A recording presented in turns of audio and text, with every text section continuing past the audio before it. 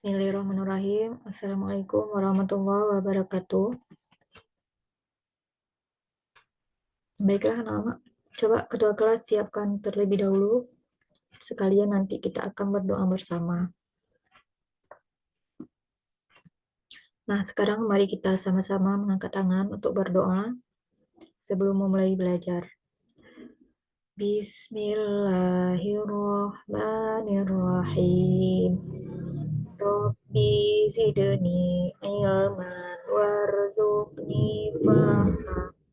Ya Allah, tambahilah ilmuku dan berilah aku pengertian yang sempurna. Bismillahirrahmanirrahim. Alhamdulillahi Rabbil Alamin. Ar-Rahmanir-Rahim. Maliki Yaumiddin. Iyyaka na'budu wa iyyaka nasta'in. Ihdinas siratal mustaqim. Siratal ladzina an'amta 'alaihim ghairil maghdubi 'alaihim waladdallin. Amin. Nah, anak-anak, sebelumnya Ibu mengabsen terlebih dahulu. Ada yang tidak hadir? Nah, sekarang dengarkan baik-baik. Ibu panggil satu persatu.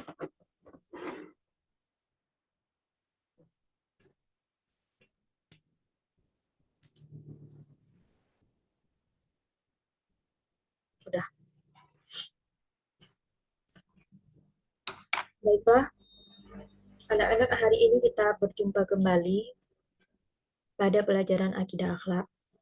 Hari ini kita akan mempelajari tentang judul akhlak tercela, yaitu ananiah, putus asa, ghadab, dan tamak. Nah, sebelum kita mulai pada materi yang hari ini, Ibu ingin bertanya mengenai tentang materi yang telah kita pelajari minggu yang lalu. Anak-anak ada belajar di rumah? Nah, sekarang Ibu mau tanya dulu mengenai materi yang lalu. Siapa masih ingat materi minggu yang lalu? Bagus. Yaitu tentang materi akhlak terpuji. Siapa masih ingat pengertian akhlak terpuji? Tunjuk tangan. Bagus sekali. Akhlak terpuji adalah segala bentuk perbuatan yang sesuai dengan ajaran agama Islam. Nah, bagus sekali jawabannya ya. Ada lagi yang lain? Kira-kira yang mengajukan pendapat, boleh silakan. Kita di sini sama-sama belajar. Jadi jangan takut-takut salah. Nah, baiklah. Pada hari ini kita akan membahas tentang akhlak tercela. Ananiah, putus asa, ghadab, dan tamak.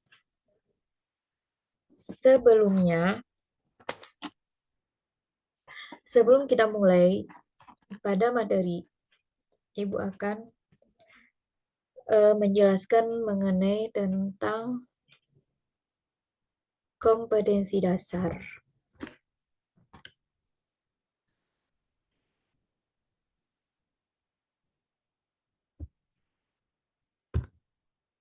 Nah,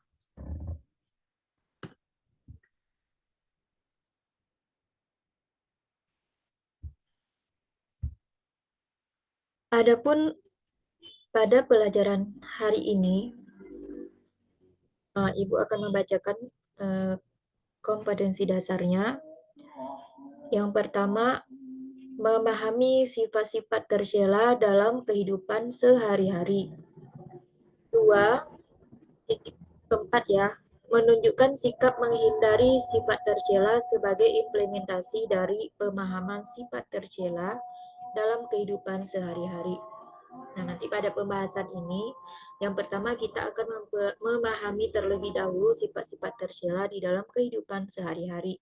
Kita harus tahu tentang sifat-sifat tercela. Yang pertama tentang pengertiannya nanti, kemudian kita harus bisa mengetahui yang mana saja yang termasuk ke dalam sifat tercela. Kemudian yang kedua, menunjukkan sikap menghindari sifat tercela sebagai implementasi dari pemahaman sifat tercela dalam kehidupan sehari-hari. Kita harus bisa menunjukkan sikap untuk menghindari sifat-sifat tercela tersebut. Karena sifat-sifat tercela merupakan sifat yang harus kita hindari karena tidak sesuai dengan ajaran agama Islam. Yang ketiga, memahami pengertian, dalil, contoh dan dampak negatif sifat tercela, anania, putus asa, kadab, dan tamak. Keempat, menyajikan cara menghindari sifat tercela, anania, putus asa, kadab, dan tamak di dalam kehidupan sehari-hari. Nah, ini merupakan kompetensi dasarnya. Kemudian indikatornya. Indikator pencapaian kompetensi. Pertama, menunjukkan sifat-sifat tercela yang harus dihindari dalam kehidupan sehari-hari. Nanti kita akan mengetahui apa-apa saja yang termasuk ke dalam sifat-sifat tercela dan harus kita hindari di dalam kehidupan kita sehari-hari. Kemudian yang kedua, bertindak menghindari sifat tercela sebagai implementasi dari pemahaman sifat-sifat tercela dalam kehidupan sehari-hari dengan konsisten. Kita harus bersikeras untuk menghindari, untuk menolak sifat-sifat tercela itu dengan tegas. Karena sifat-sifat tercela itu merupakan sikap yang tidak baik, yang tidak dianjurkan di dalam agama Islam. Kemudian, nah ini masuk ke pengetahuan. Menentukan perilaku tercela, anania, putus asa, ghadab, dan tamak. Nah, pada hari ini nanti kita akan menentukan tentang perilaku tercela, yaitu anania, putus asa, ghadab, dan tamak. Kemudian menguraikan dalil tentang larangan bersifat anania, putus asa, ghadab, dan tamak. Nanti kita akan membuktikan dalil-dalil tentang larangan bersifat anania, putus asa, ghadab, dan tamak. Nanti kita akan melihat hubungannya. Nah, hubungan antara dalil larangan sifat-sifat tercela ini dengan dampak positifnya. Nah, pasti setiap larangan itu pasti ada, setiap Allah itu melarang pasti ada alasannya. Nah, seperti ini Allah melarang kita untuk tidak bersifat tercela, dan kemudian nanti akan kita lihat apa hubungannya dengan dampak yang positifnya. Kemudian membuktikan manfaat menghindari sifat tercela, anania, putus asa, ghadab, dan tamak. Nah, nanti akan kita lihat. Nah, setelah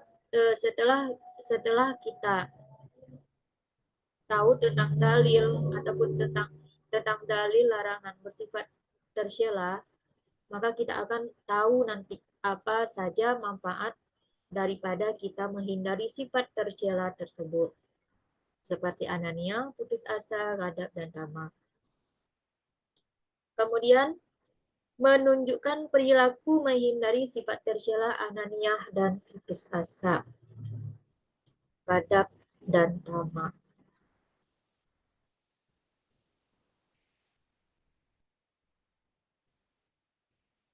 Nah, inilah indikator yang akan kita capai nanti pada pembelajaran kita sekarang.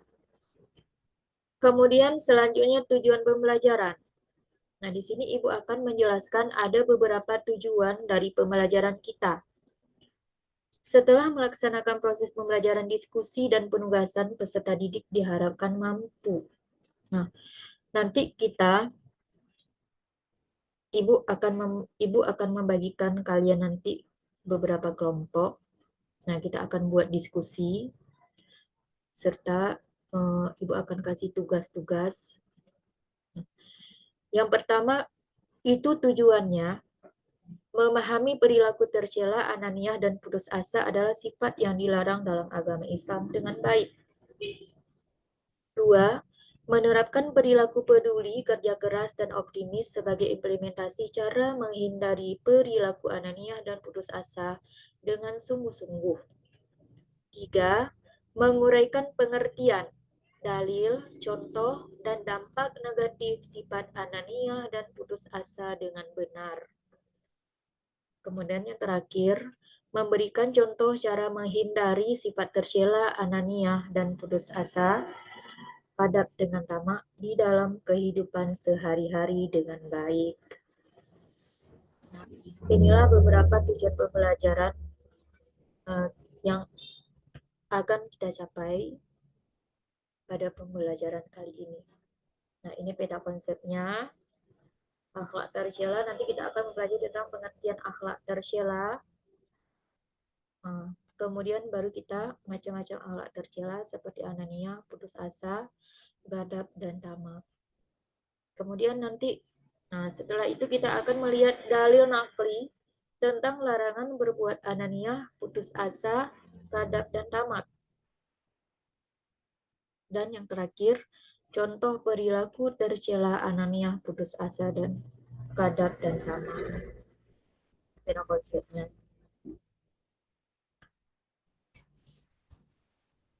Nah, sebelum kita mulai pada materi hari ini, nah Ibu udah sajikan beberapa gambar di sini.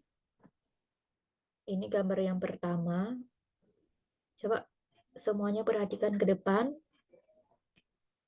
Nah, perhatikan baik-baik, tidak ada yang berbicara dulu. Nah, kita sedang proses belajar. Dah, kira-kira ini gambar yang pertama menjelaskan tentang apa saja. Siapa tahu tunjuk tangan. Ini gambar pertama menjelaskan tentang, ada yang tahu? Bagus. Ah, ini menjelaskan tentang salah satu sikap yang termasuk di dalam materi kita yang akan kita pelajari. Nah, gambar yang pertama ini menunjukkan tentang sifat ananiah. Bagus sekali. Nah, egois ya. Ananiah itu sama dengan egois. Nah, inilah nanti berdasarkan gambar-gambar ini, nanti kita akan membagikan beberapa kelompok. Nah, kalian nanti akan Ibu bagi ke dalam 4 kelompok. Dan masing-masing kita akan membahas tentang baik mengenai gambar yang pertama, yang kedua. Ini gambar yang kedua menggambarkan tentang putus asa ya. Orang yang berputus asa. Kalian pernah berputus asa?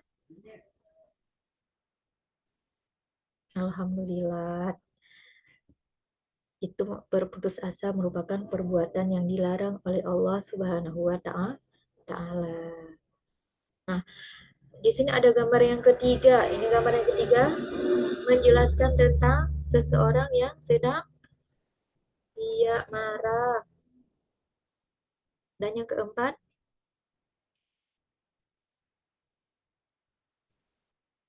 loba atau disebut dengan tamak. Bagus sekali. Nah, nanti dari gambar-gambar ini nanti akan kita buat beberapa pertanyaan yang akan kalian pecahkan, yang akan kita pecahkan sama-sama. Nah, kita lanjut. Nah, sekarang kita masuk pada materi yang pertama, yaitu pengertian akhlak tercela. Sebelum Ibu jelaskan, ada yang tahu pengertian akhlak tercela?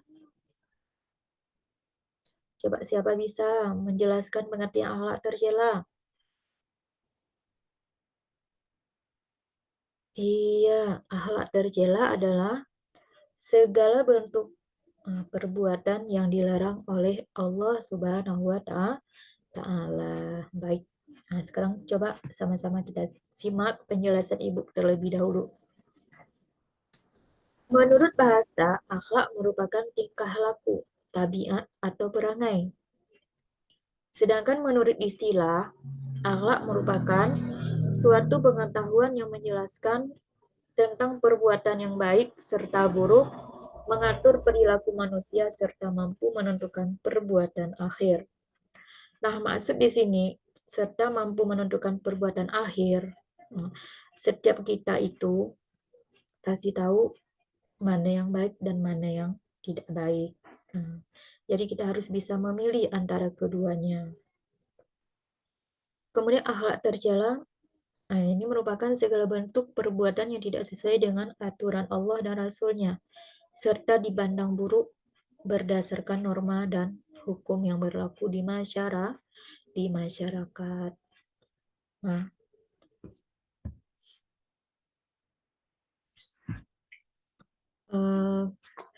sekarang kita akan melihat, nah di sini ada beberapa contoh daripada akhlak tercela. Nah, yang pertama anania. Tadi juga kita sudah sama-sama melihat gambar ya kan? Nah, pasti timbul di dalam pikiran kita. Kenapa orang bisa marah? Nah, apa akibat seseorang itu marah? Ada yang bisa jawab?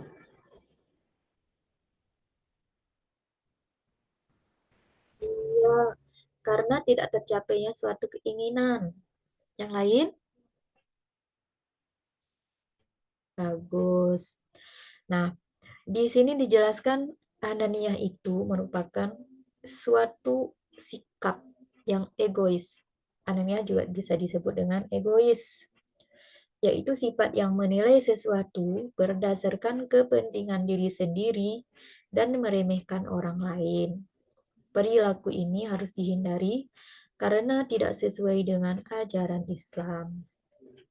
Agama Islam mengajarkan agar kita senantiasa tolong menolong antar sesama manusia. Nah, siapa di sini anak-anak ibu yang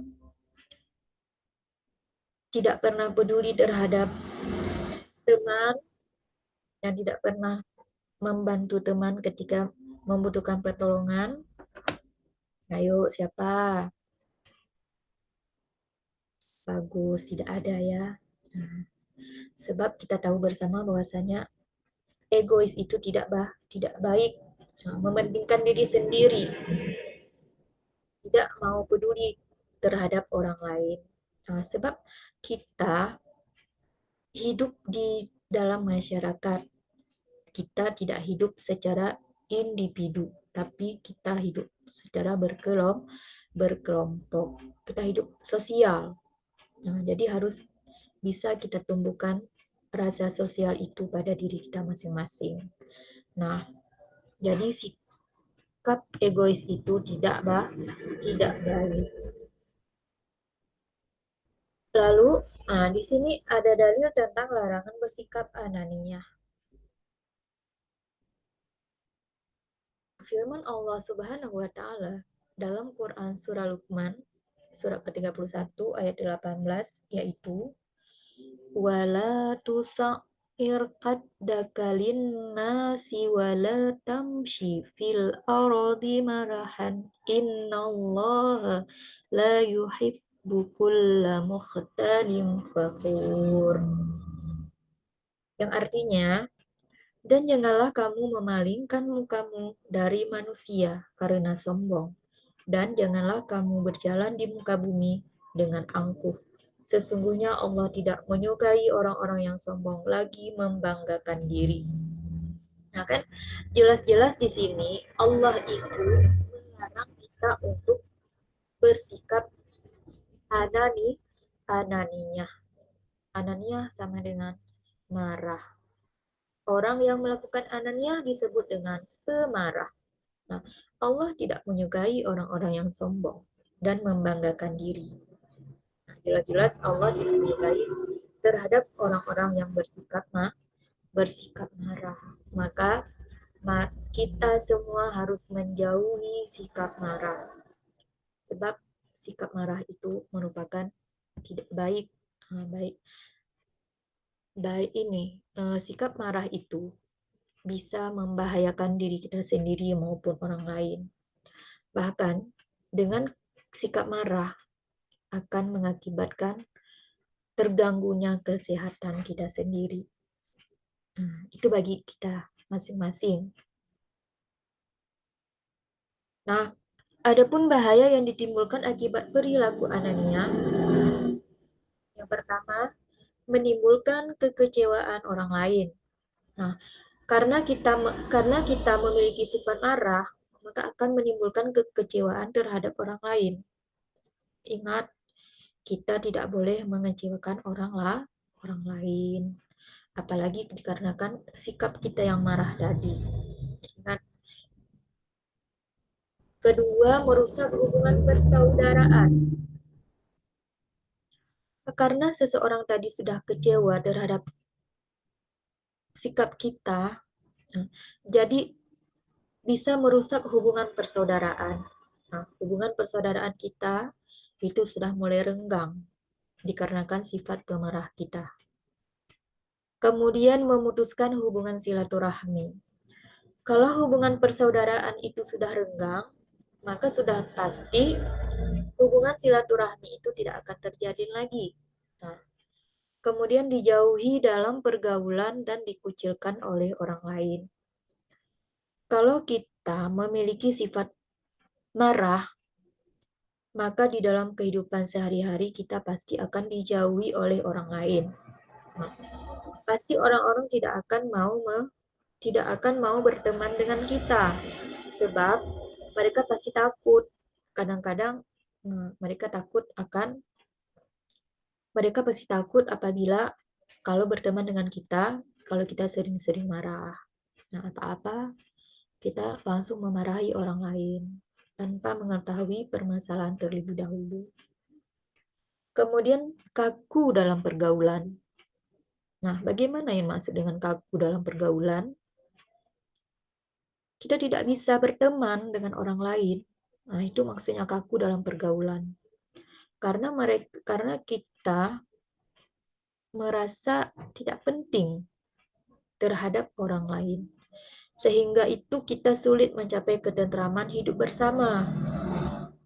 Kita selalu mencari masalah dengan orang lain, sehingga hidup kita itu tidak pernah tentram, tidak pernah damai, sesama tetangga, dengan teman-teman, dengan teman sekelas, dengan masyarakat, dan lain sebagainya. Kemudian selanjutnya menimbulkan kebencian. Nah, kalau sudah marah, pasti kita akan menimbulkan kebencian terhadap orang yang kita marahi. Lalu timbul pertengkaran di antara kedua belah pihak dan permusuhan. Nah, itu terakhir permusuhan. Sulit menerima petunjuk kebenaran. Kalau di dalam diri kita itu sudah tertanam sifat marah, maka kita tidak akan menerima kebenaran-kebenaran dari orang lain. Kita tidak mau lagi menerima ajaran-ajaran baik yang diajarkan oleh orang lain. Petunjuk-petunjuk yang benar itu kita tidak akan menerimanya lagi. Sebab bagi diri kita itu bahwasanya kita merasa kitalah yang paling benar. Nah, bahaya sekali kalau kita memiliki sifat ananiah ini. Baik merusak diri kita sendiri maupun merusak hubungan baik dengan orang lain. Maka jauhilah sifat marah. Nah, apabila kita memiliki sifat marah, jadi harus segera kita hindari. Bagaimana cara menghindari sifat anania? Iya, yang pertama kita harus selalu rendah hati. Jangan rendah diri ya, tapi rendah hati. Nah, selalu menerima kebenaran, tunduk dan patuh pada peraturan. Nah, selalu menghargai orang lain, menghormati orang lain, menjaga perasaan orang lain. Nah, sebab Allah itu sangat menyukai terhadap orang-orang yang rendah hatinya dan tidak pernah marah. Allah sangat membenci terhadap orang-orang yang marah. Nah, ini merupakan cara kita untuk menghindari dari sikap marah.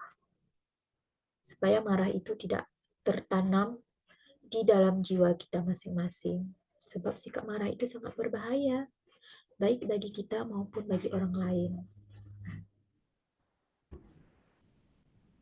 Kira-kira sampai di sini ada yang ingin ditanyakan? Sebelum kita lanjut ke pembahasan yang lain, udah mengerti semua? Ada yang ingin ditanyakan? Oke, sekarang kita lanjut ya dengan putus asa. Sebelumnya, pernah kalian berputus asa? Tidak pernah. Nah, tidak pernah ya. Siapa tahu apa pengertian putus asa? Iya, putus asa adalah sikap atau perilaku yang merasa bahwa dirinya telah gagal atau tidak akan mampu dalam meraih suatu harapan atau cita-cita, dan ia tidak mau berusaha untuk melanjutkan apa yang diinginkan. Nah, ternyata orang berputus asa itu merupakan orang-orang yang gagal tapi tidak mau bangkit, tidak mau berusaha untuk membangkitkan semangat kembali. Nah, berputus asa ini merupakan perbuatan yang dilarang oleh Allah Subhanahu wa Ta'ala. Kita tidak boleh berputus asa. Kemudian, penyebab seseorang berputus asa. Apa saja penyebab seseorang itu berputus asa? Nah, biasanya karena terjadinya kegagalan yang berulang kali dalam mencapai cita-cita atau pengharapan sesuatu. Seseorang yang berputus asa, nah misalnya kalian, kita sekarang, misalnya sekarang kita bagi rapor. Nah, kita dari kemarin-kemarin sudah berusaha untuk belajar, kemudian tiba-tiba kita tidak naik kelas. Lalu bagaimana tanggapan kalian masing-masing apabila kita sudah berusaha semaksimal mungkin, tiba-tiba kita tidak naik kelas? Apakah sedih, kecewa, lalu berputus asa, atau biasa-biasa saja? Kecewa, iya bagus. Nah, kecewa. Sebenarnya kita tidak boleh kecewa, apalagi berputus asa. Sebab Allah juga melarang kita untuk berputus asa. Nah, kecewa itu sama dengan berputus asa. Nah, lama-kelamaan akan berputus asa. Kalau kita larut dalam kekecewaan, bahkan kadang-kadang kita tidak mau lagi keluar, tidak mau lagi belajar. Nah, itu tidak boleh ya. Padahal itu adalah ujian dari Allah Subhanahu wa taala, karena Allah ingin melihat. Nah, karena Allah itu ingin melihat bagaimana ketika kita mendapatkan ujian, apakah kita semakin rajin atau kita semakin tidak mau lagi bangkit. Allah hanya melihat itu. Kalau seandainya kita mau berusaha, insya Allah, Allah pasti akan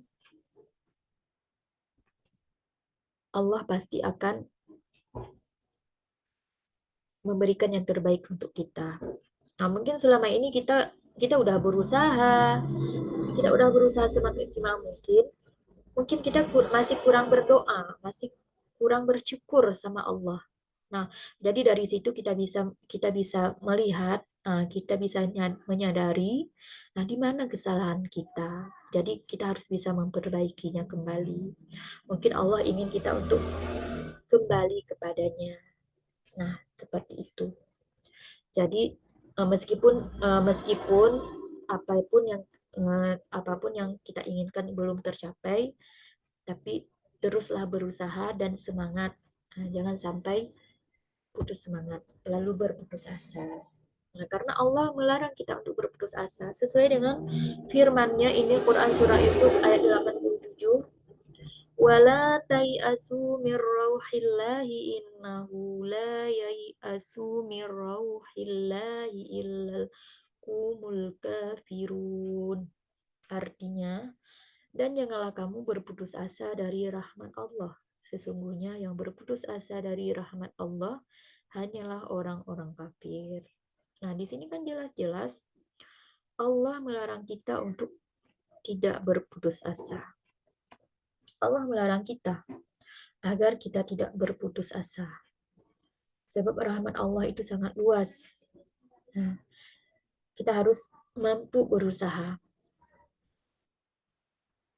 Sekali ini Allah belum mengabulkan, mungkin untuk ke depan Allah pasti memberikan lebih daripada itu. Lebih daripada yang kita inginkan. Nah, bagaimana pula ciri-ciri orang yang berputus asa? Nah, di sini akan kita lihat ciri-ciri orang-orang yang berputus asa. Nah, mungkin nanti setelah kita melihat ciri-ciri ini, nah kita terbayang pada diri kita masing-masing, ada nggak yang itu sebutkan di sini. Nah, kalau misalnya kita merasa, berarti itu harus kita buang jauh-jauh. Apa saja ciri-cirinya? Yang pertama, bermalas-malasan setelah mengalami kegagalan dalam suatu usaha. Setelah usaha itu gagal, maka kita tidak akan mau lagi bangkit. Nah, itu salah satu ciri orang-orang yang berputus asa. Kemudian tidak bersemangat untuk meneruskan usahanya yang gagal. Nah, itu yang tidak boleh. Sebenarnya kita harus bisa membangkitkan semangat itu kembali. Nah, kita harus mencari cara bahwasanya bagaimana usaha kita yang gagal tadi bisa sukses. Nah, kita harus mikir. Kemudian yang ketiga, tampak murung dan tidak memiliki gairah untuk berusaha lagi. Nah, selalu terlihat murung dan tidak gairah lagi untuk berusaha.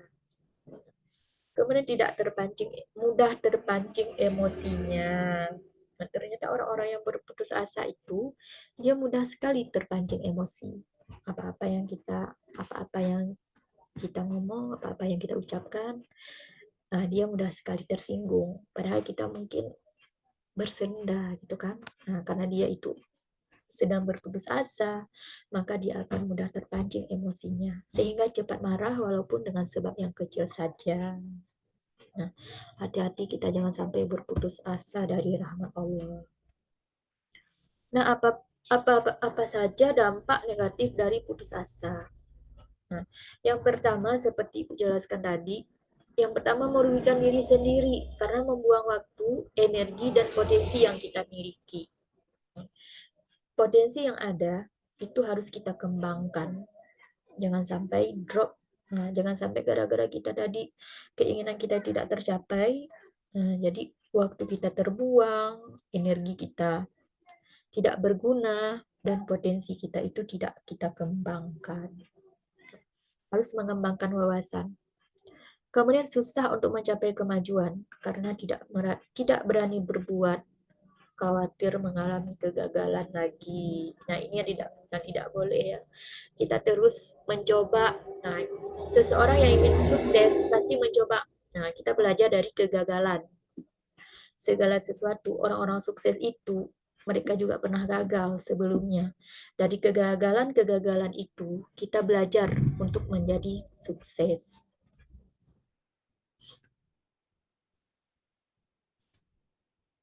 Apabila seseorang memiliki, apabila seseorang berputus asa, maka bagaimana cara kita untuk menghindari? Yang pertama, kita harus bisa merenungi kegagalan yang dialami orang lain, sehingga dapat memperoleh perbandingan dari pengalaman pahit orang lain. Nah, kita harus bisa merenung, harus bisa memikir tentang kegagalan-kegagalan orang lain yang dialami oleh orang lain. Kemudian mereka akan sukses dari pengalaman pahitnya itu, dia belajar. Nah, kita harus bisa melihat.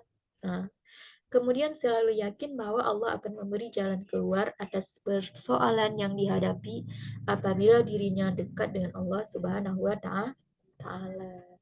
Kita harus yakin bahwa Allah akan memberi jalan keluar. Allah akan memberi jalan terbaik atas segala persoalan-persoalan yang hidup yang kita hadapi. Nah, teruslah berusaha, berdoa, nah, kemudian serahkan sama Allah Subhanahu wa Ta'ala. Janganlah kita berputus asa. Karena berputus asa itu merupakan godaan syaitan. Nah, nanti orang-orang yang berputus asa akan masuk ke dalam neraka bersama dengan syaitan. Mau nggak? Mau kalian menghindari berputus asa dari putus asa? Nah, kalau mau nanti ketika belum mendapatkan nilai bagus, nah itu kita harus terus berusaha untuk menggapai hasil yang maksimal. Ada untuk materi ini apa ada yang ingin ditanyakan? Nah, sebelum kita lanjut,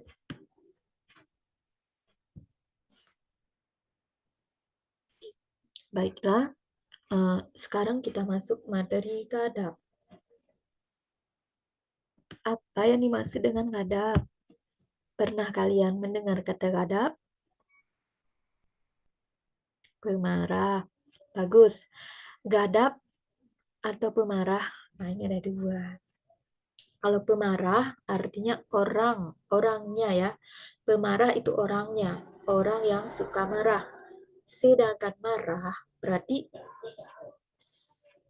berontaknya jiwa dalam menghadapi sesuatu yang tidak disenangi. Berarti kalau pemarah orangnya, kalau marah sikap dari pemarah tersebut. Nah, berontaknya jiwa dalam menghadapi sesuatu yang tidak disenangi atau marah adalah luapan hawa nafsu, baik dengan perkataan maupun dengan perbuatan yang tidak terkendali. Nah, anak-anak pernah marah? Nah, ketika misalnya ibu kasih catatan ataupun kasih tugas, kalian tidak bisa menjawab, lalu marah-marah? Pernah?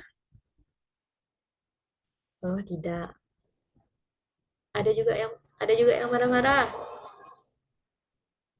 Nah, misalkan ibu kasih tugas itu untuk kalian. Kalau misalnya ibu marah, kalau misalnya ibu kasih pelajaran, kemudian kasih tugas, kalian tidak mau melaksanakan, ya tidak ada nilai. Berarti itu nilainya untuk kalian juga. Nah, menurut Imam Ghazali, beliau mengelompokkan tipe manusia itu menjadi 4 macam. Yang pertama, orang yang mudah marah dan sulit memaafkan. Ada orang yang mudah marah dan sulit memaafkan. Dia cepat sekali tersinggung dan sulit untuk memaafkan kesalahan orang lain.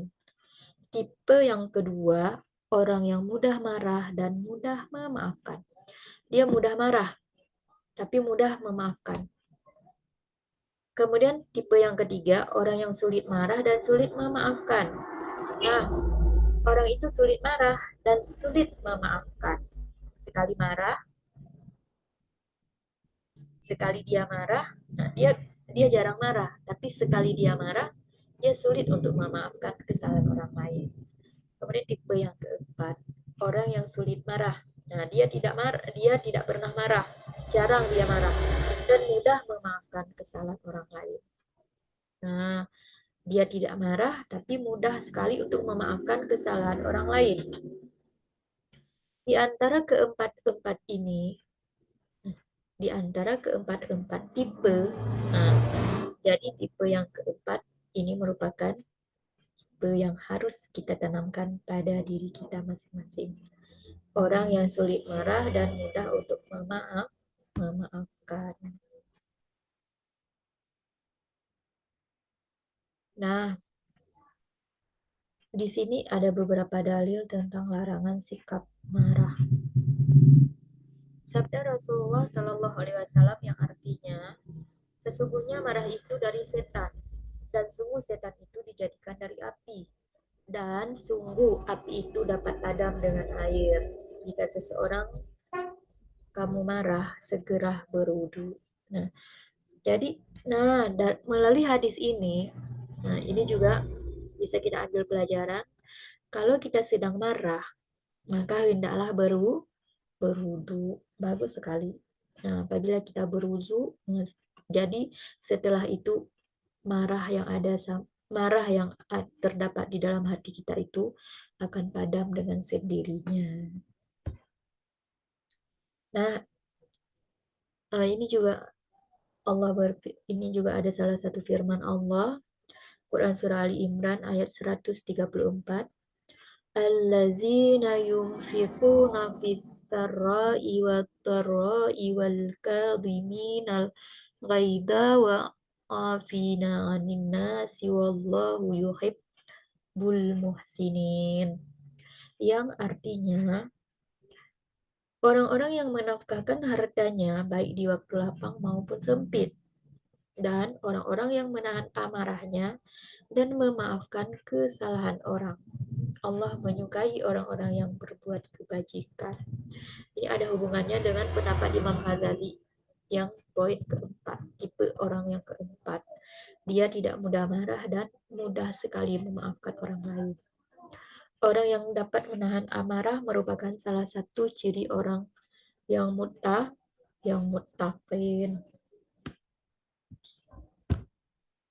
Lalu, apa pula akibat buruk dari sikap marah? Yang pertama, tidak dapat berpikir tenang dalam menghadapi permasalahan. Apabila di dalam diri kita ini terdapat sikap marah, maka kita tidak akan tenang. Hati kita itu selalu membara seperti api. Tidak dapat menyelesaikan permasalahan secara baik berdasarkan pertimbangan pikiran sehat. Apabila kita sedang marah, semakin kita marah, semakin masalah itu tidak bisa terselesaikan dengan baik. Jadi apabila kita ingin menyelesaikan masalah, maka dengan pikiran yang tenang, pikiran yang sehat, agar masalah-masalah yang akan kita pecahkan itu sesuai dengan akal pikiran yang sehat.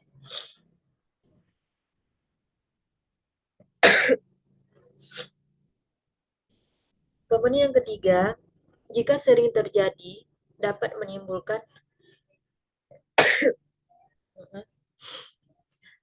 yang ketiga, jika sering terjadi, dapat menimbulkan tekanan darah tinggi yang membahayakan kesehatan jasmani dan rohani. Nah, ternyata sikap marah itu juga bisa membahayakan kesehatan. Kenapa orang sering terjadi tekanan darah tinggi, kemudian stroke, dan lain sebagainya? Nah, itu dikarenakan karena ada sikap marah.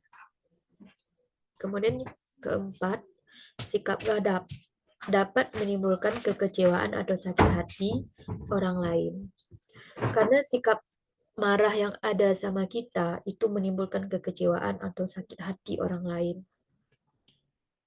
Kemudian yang terakhir dapat menimbulkan kerugian materi jika disertai dengan perbuatan anarkis. Ternyata kalau kita marahnya itu sudah tinggi, bisa mengakibatkan kerugian materi. jika disertai dengan perbuatan yang anarkis.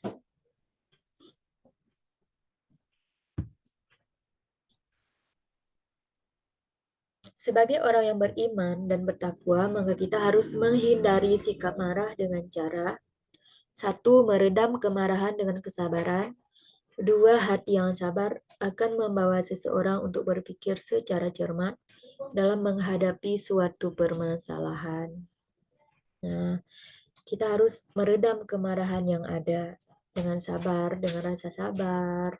Kemudian hati yang sabar akan membawa seseorang untuk berpikir secara cermat dalam menghadapi suatu permasalahan.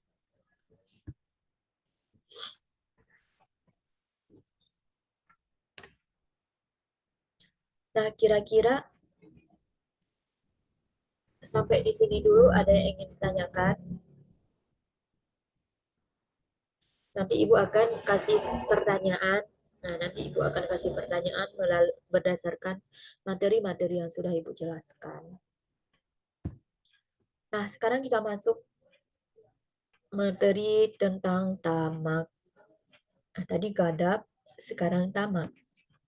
Ini juga merupakan salah satu daripada sikap tercela. Nah, secara bahasa tamak berarti rakus.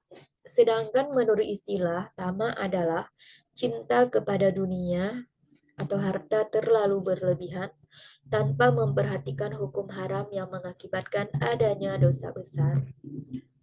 Tamak, seseorang yang memiliki sikap tamak, dia itu selalu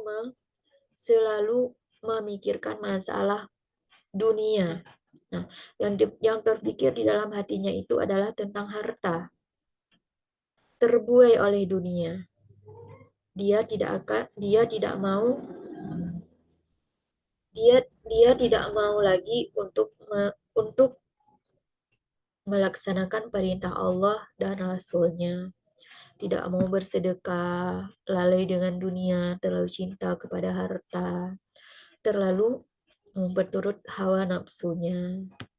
Anak-anak di sini, kita di dalam kehidupan sehari-hari pernah kita melihat sesuatu, misalnya kita ke toko, ke pasar, kita melihat baju di setiap toko itu sangat bagus-bagus. Padahal di dalam lemari kita itu baju sudah banyak. Bahkan kita jarang untuk memakainya lagi karena sudah terlalu banyak. Namun ketika kita itu sampai di satu toko, di situ banyak sekali baju-baju yang mewah dan mahal. Nah, kalau di dalam hati kita itu kita hanya memikirkan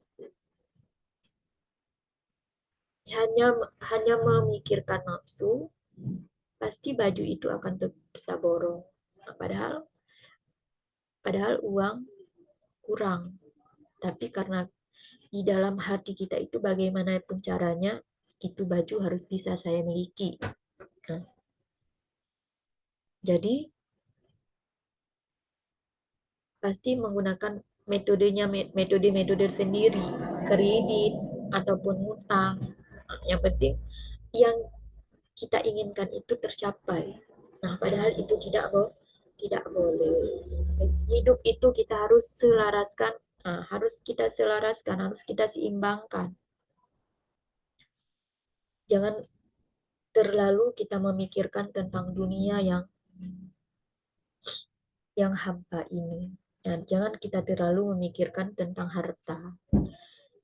Nah, seharusnya kita harus kalau kita sudah banyak harta, kalau kita banyak harta, maka kita harus bisa menyedekahkan ataupun dengan harta kita itu harus bisa dipergunakan oleh orang lain, harus diambil manfaat oleh orang lain karena itu yang akan membantu kita nanti ketika di hari kiamat.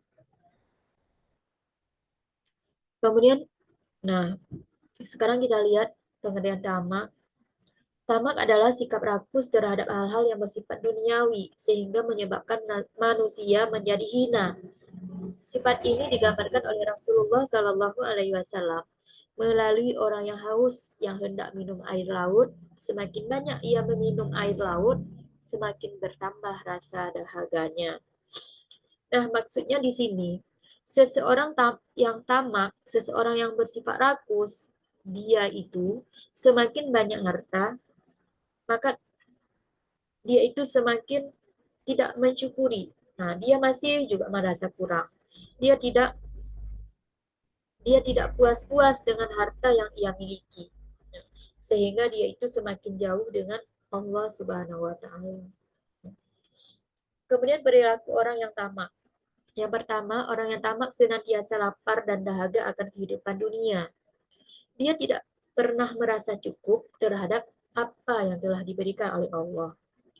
Kemudian yang kedua, kehidupannya hanya disibukkan untuk terus mendapat apa yang diinginkan. Tiap hari bekerja, tiap hari, tanpa memikirkan istri, anak, dan rumah. Tiap hari bekerja tanpa memikirkan kapan waktunya sholat. Nah, kalau seseorang yang tamak, yang ada di pikirannya itu adalah harta, harta, dan harta. Nah, sebenarnya kita hidup di dunia ini harus menyeimbangkan kehidupan dunia ini dengan kehidupan akhirat. Kita di sini di dunia hanya sementara. Dalil tentang larangan bersifat tamak. Wa ma khalaq wa ma khalaqtul jinna wal insa illa liya'budun. Dan aku tidak menciptakan jin dan manusia melainkan supaya mereka mengabdi kepadaku. Ini firman Allah di dalam Quran surat Az-Zariyat ayat 56. Allah menciptakan jin dan manusia untuk menyembah kepadanya. Sesungguhnya Allah menciptakan manusia sebagai khalifah untuk melaksanakan tanggung jawab sebagai hambanya, bukan semata-mata untuk melalaikan amanah karena mengikuti hawa nafsu. Nah, eh, dari eh, beberapa dari beberapa penjelasan tadi, bisa kita simpulkan yang pertama, hendaklah kita menjauhi sikap yang tercela di dalam kehidupan sehari-hari, seperti ananiah, putus asa, ngadap, dan tamak. Dua, tanamkan pada diri kita agar selalu menjalankan apa yang diperintahkan oleh Allah dan Rasul-Nya. Tiga, bersikap baiklah kepada Allah dan kepada sesama agar jauh dari sifat tercela. Keempat, tanamkan rasa peduli terhadap diri dan juga orang lain. Lima, mintalah maaf kepada orang yang telah kita sakiti. Teruslah berusaha dan berdoa agar mencapai cita-cita yang kita inginkan. Tujuh, jangan pernah membanding-bandingkan hidup kita dengan orang lain. 8.